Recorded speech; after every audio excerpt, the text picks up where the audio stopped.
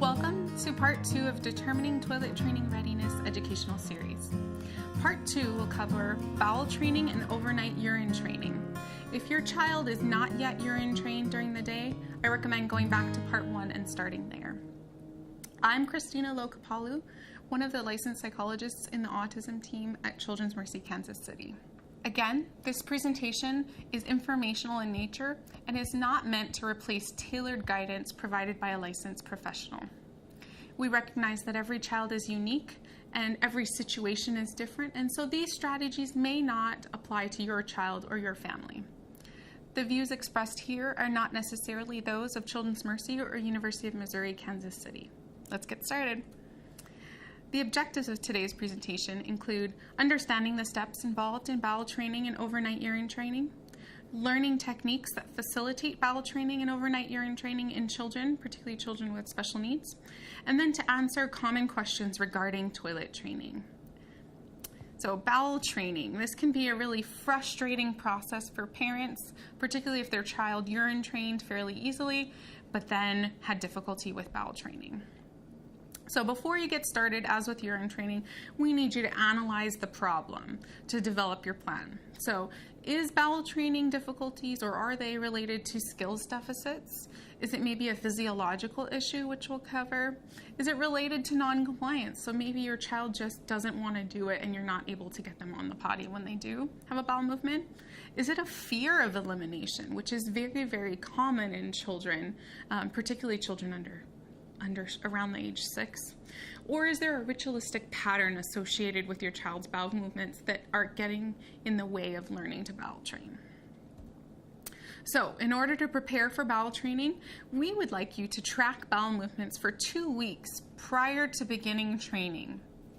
And information you might need to include would be the date, the time of a bowel movement, the location of your child. So both the location, was it in their pull-up or somewhere else? And then also, where are they in the house when that happens? Because many children run away to hide to have bowel movements in their diaper, and that's information we would need to know.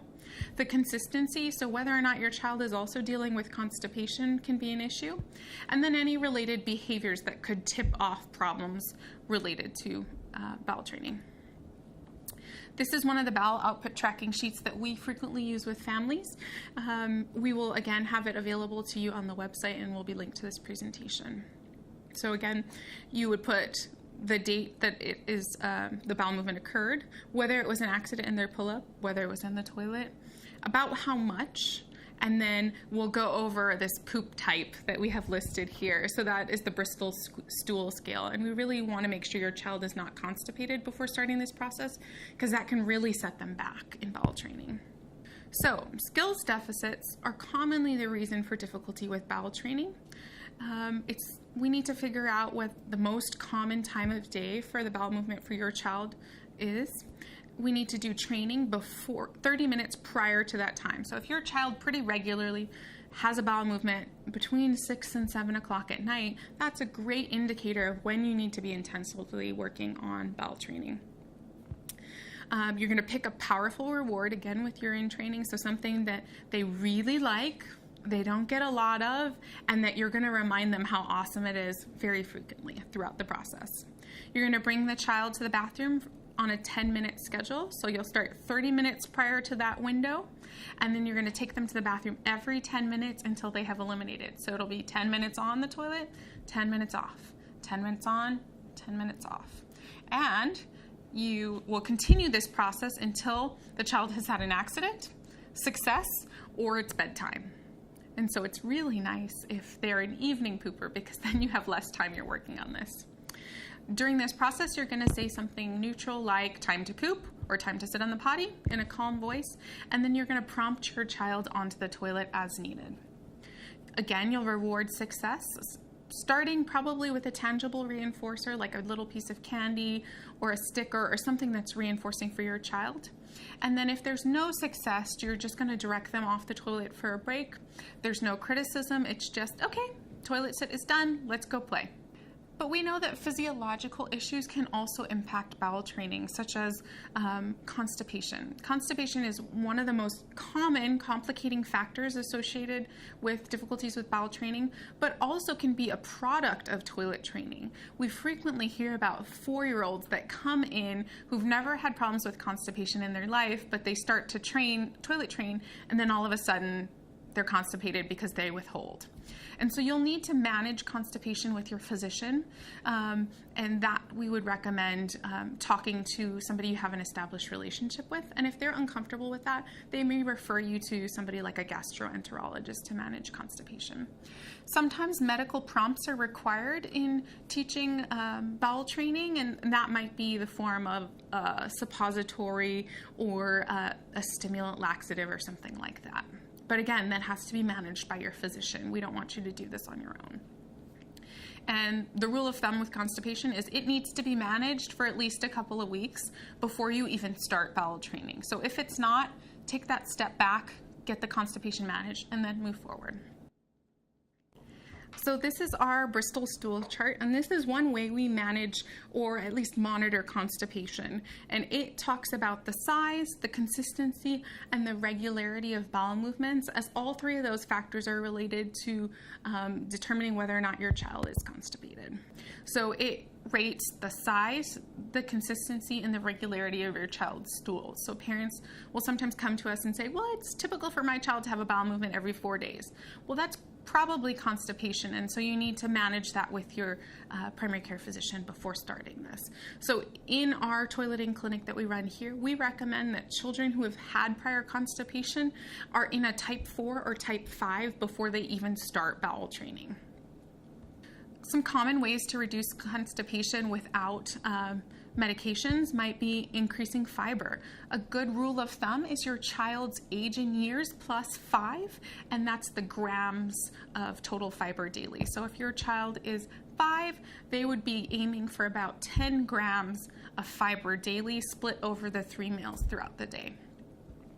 There are some natural lubricants, some foods that we eat that tend to help with constipation naturally, like fried foods or margarine. We're not recommending you go load your child up with these foods, but they typically can have that effect.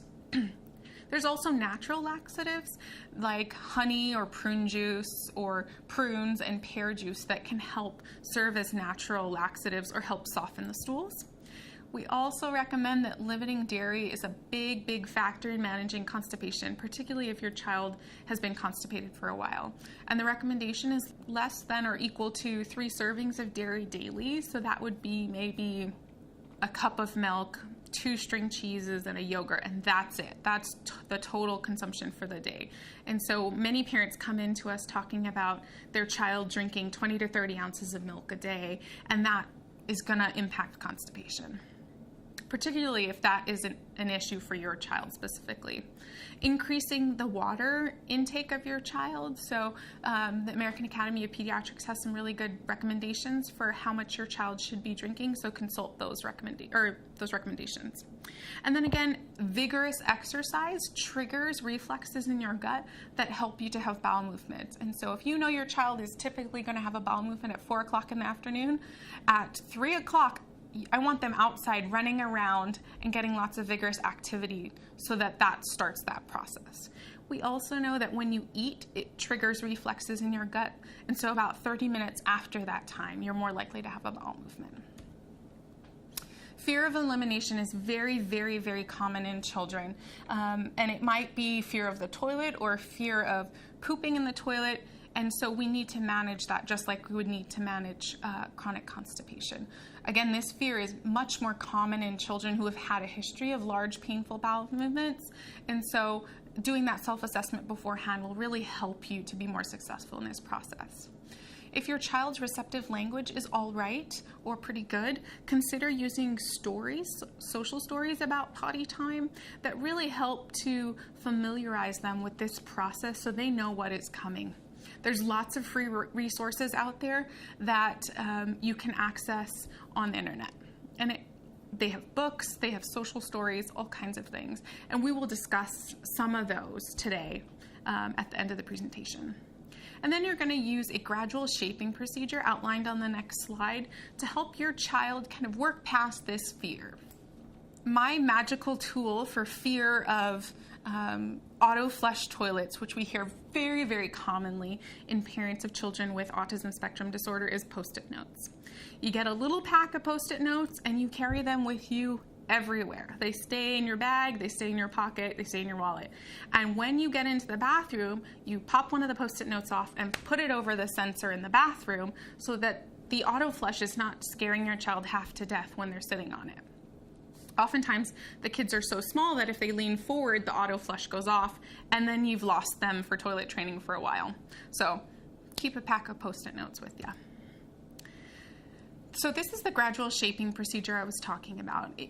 If your child has a fear of elimination or a fear of the toilet, we're going to treat it like any other fear. We need to take gradual approximations of each step towards that goal in order for your child to get used to something that was previously scary for them. So for example, if you were afraid of dogs, you might start by looking at a dog through a glass window. Then you might move closer. Then you might stand next to a dog but not touch it. Then you might pet the dog and then move away. And then you might spend a prolonged amount of time with a dog. This is the same procedure but for the toilet. So you might start with your child standing near the toilet with the lid closed, touching the toilet with the lid closed, sitting on the toilet with the lid closed, and they have all their clothes on. So it's very small, gradual steps to get them to where you need them to be. And sometimes if you rush these steps, your child's not going to do as well. So you may need to back up and figure out where they're ready to approach this situation. Then sitting on the toilet with the lid open and fully clothed. Sitting on the toilet with just a diaper on. Sitting on the toilet with the lid open and a diaper on, but a hole cut in the diaper. We call this our magic diaper. So we'll have a magic diaper in the bathroom where it has a big hole cut in it, but they're still feeling like they're wearing a diaper, so it's a familiar sensation, and they eliminate in the toilet. And then sitting on the toilet with the lid open and the diaper off would be the ultimate goal. Request training. So if your child is urine and bowel trained on schedule, but not requesting, these are the steps you might use to teach that step. So you're going to decide on a communication system based on your child's expressive language abilities. So do they use picture exchange cards? Do they use sign language? Do they use verbal communication to indicate their wants? Again, you're going to increase the liquids and address constipation. So you're going to address the physiological pieces of this training. And then you're going to schedule more toilet sits, and you're going to prompt your child to use whatever communication form of communication they are currently using to indicate that they need to go to the bathroom. So you might say, it's time to sit on the potty, where's your picture card? And then have them give you the picture card before each scheduled trip. And then you're going to reward, praise the requests initially. And as they get better at that, then you're going to reward when they request and they urinate, or they have a bowel movement in the toilet. Over time, you'll fade this schedule of reinforcement until they're requesting on their own and you don't have to prompt them. And then you're going to reward any independent initiation. So we'll sometimes call this our bonus reward. For one day, they come up to you and say, I have to go poo-poo in the potty. You take them, they go. This is a big deal. This is more than just their regular reinforcer. Accidents. So accidents are to be expected, and it's really hard to stay calm, particularly with bowel accidents, because they can be very messy. But we want you to know that that's all part of the bowel training process. You're going to have the child help with the cleanup process as developmentally appropriate. So again, not based on chronological age, but your child's developmental age. So it might be that they help to get undressed when they've had a bowel accident, or they throw the diaper into the diaper genie or something like that. And then we'll have them do positive practice when needed. So positive practice involves going back and practicing the skill that you didn't demonstrate the first time so that you overlearn that process. So your child is sitting there and they are watching a TV show, their favorite TV show. They notice that they have to go to the bathroom, but they just decide, I don't really want to stop what I'm doing right now. I'm going to stay here. They have an accident. Positive practice would be getting them cleaned up and then having them go back to the spot they were in before and repeat that process of going to the bathroom, pulling down all the clothing, sitting on the potty, and getting cleaned up 5 times so that they learn that's what I should have done the first time. And it's just an overcorrection procedure or overlearning of the skills that they should have had the first time, or we would have liked them to have the first time. You may need your child to shower as needed. For some children, that additional step of taking a shower after having a bowel accident is kind of a natural consequence that they don't want. So it takes away from fun activities, it takes away from free time if I have to spend 15 minutes in the shower getting cleaned up. Whereas if somebody cleans me up quickly, no big deal. And then sometimes it's necessary to stop toilet training and take a break. So if your child's having a ton of accidents and constipation is still an issue, we will recommend taking a break from the procedure for a week or 2 and then getting back into it. Everybody's feeling more refreshed and everybody's ready to go. So overnight urine training, it's related to daytime urine training, but there are some differences that I want to discuss before we move forward. So you typically want to start overnight urine training only after your child is urine trained during the day, because that's the first developmental step in the sequence. And then after your child is between the ages of 6 and 7 years. And again, that's developmental age rather than chronological age. Before this time, in up to 6-year-olds, it's between 20 and 30% of kids still wet the bed at night. So it's a pretty large number of kids that this is typical for. And so we don't recommend intensively working on it prior to that time. You also want to consider whether or not bedwetting is primary or secondary. So primary bedwetting means that your child has never remained dry at night, whereas secondary bedwetting is they've had a period of 3 or 4 months or longer where they were dry at night and now are wetting the bed again. And that would kind of tell you there might be some other causes of what's going on, like constipation, for example. If your child is very constipated, they can have more urine accidents. So we need to figure that out in the process. You're going to determine if there are any physiological causes for overnight bedwetting, and we'll talk about some of those on the next slide. If there's a family history, so we know that there is this genetic component or this family history component that if you as a parent had accidents overnight until you were probably 10 or 12, that could be your child's pattern. And then that might be a reason for why they're still having problems with that. We also know that wetting the bed is more common in boys than it is in girls and is commonly comorbid with other conditions. So lots of different caveats to this training schedule. To start with overnight urine training, you begin with the basics, such as limiting fluids 90 to 120 minutes prior to bedtime. That feels like a long time if you have a 7-year-old and they're eating dinner at 6 o'clock and then you're trying to put them to bed at 7 o'clock or 7:30 or 8. You're bumping into that time window. So what we'll say is give them fluids during dinner and then maybe not fluids anytime after that except for a sip. Limit caffeinated beverages. So caffeine can stimulate the bladder, and so we recommend not having caffeinated beverages. And you'd be surprised where caffeine is snuck into nowadays, so really checking the labels. Having your child double void, which depending on who you talk to, can be a different time frame, but typically the idea is you have your child void 20 to 30 minutes before bedtime, and then again 2 to 3 minutes before bedtime to fully empty out the bladder. And then if you're going to work on this before doing more intensive toilet training, you might do a system where you put your child to bed at their normal bedtime, maybe 8 o'clock, and then before you go to bed at 10 or 10:30, you wake them up once to go to the bathroom and urinate in the toilet to see if that can help keep them dry for longer. If you're having problems with this system and it hasn't worked particularly well up to this point, 1, you would consult your physician to make sure there are no physiological causes for it. But 2, there's an old system called the Bell and Pad system that works incredibly well based on the research, in which there is a urine sensor or a wetness sensor placed in your child's underwear, and it's attached to this kind of pager-looking thing that makes a noise when it senses moisture in their underwear. So it essentially sets off this alarm, and it wakes the child up. Parents need to be involved because the children often wake up, turn it off, and go back to bed. So parents will need to be involved in getting them up out of bed, taking them to the bathroom, and then getting cleaned up before they go back to sleep. Toileting moratoriums. Sometimes I will recommend, as kind of a professional treatment recommendation, that everybody needs to take a step back and give toileting a break.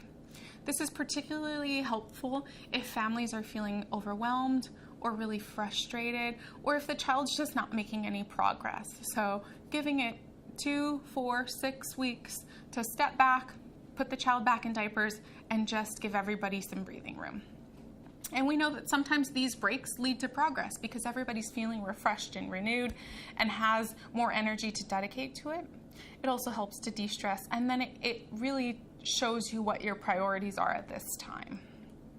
These are some toilet training resources. We don't endorse any of these products, but they're some of the ones that families have used. So using a visual timer app. So something that it looks kind of like a pie chart, and it winds down the time that your child needs to stay sitting on the potty. And you can set it for variable length of time.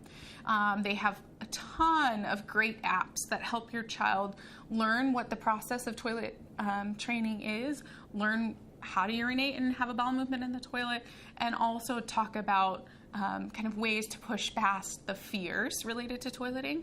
There's lots of great books out there and online resources that you can access, some of which you have to pay for and others of which are free. And then as your child becomes more advanced in this process, there are also products that are kind of watches that you can set at variable intervals. And when they go off, they will vibrate or sing a song. And that's the child's external reminder that they need to use the potty.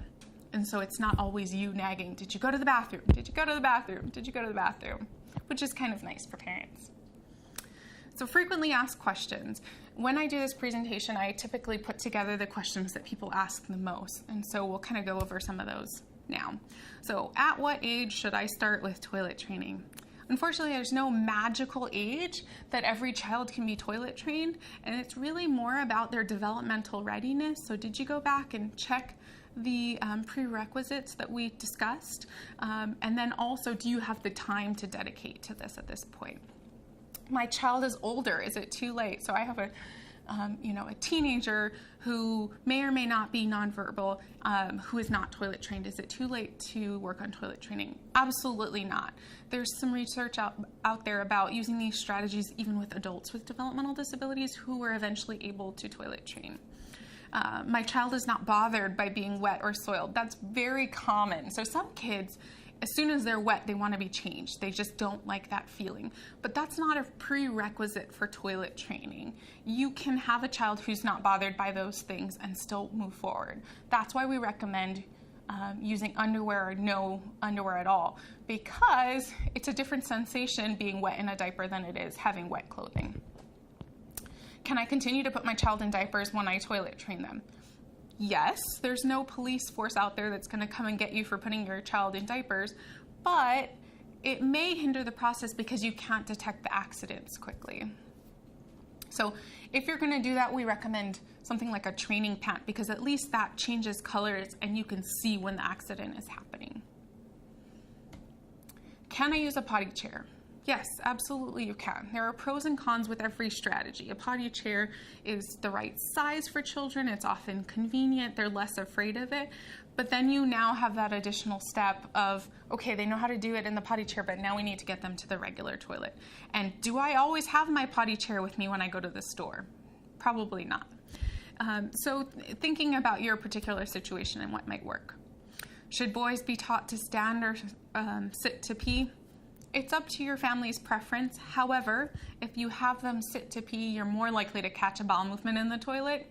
And so if you're already working on both of them, make it easier for yourself. Should I use food as a reward? That's up to you again. We know that kids, well, all individuals are highly motivated by food reinforcers, or at least most of us are. And so you want to use something that's a powerful reinforcer in this process. And if food's that, I say go for it. What do I do if my child is constipated? Please, please, please consult with your primary care physician if your child is constipated, because you're going to run into lots of problems with toilet training otherwise. Do I need to collect data? Absolutely you do. you're not going to know where to intervene and the best starting point unless you do that. So we highly recommend collecting data. And then finally, can I toilet train my child if they are nonverbal? Yes, you can. They just need to have a functional communication system if they're going to do request training. But also, you can get them on scheduled sits in a schedule system so that they can go when you take them. And ultimately, that would be the goal, is not having any accidents and not having to clean up bowel or urine accidents. Thank you so much for your time. And again, if you didn't watch part 1, make sure you go back and watch that.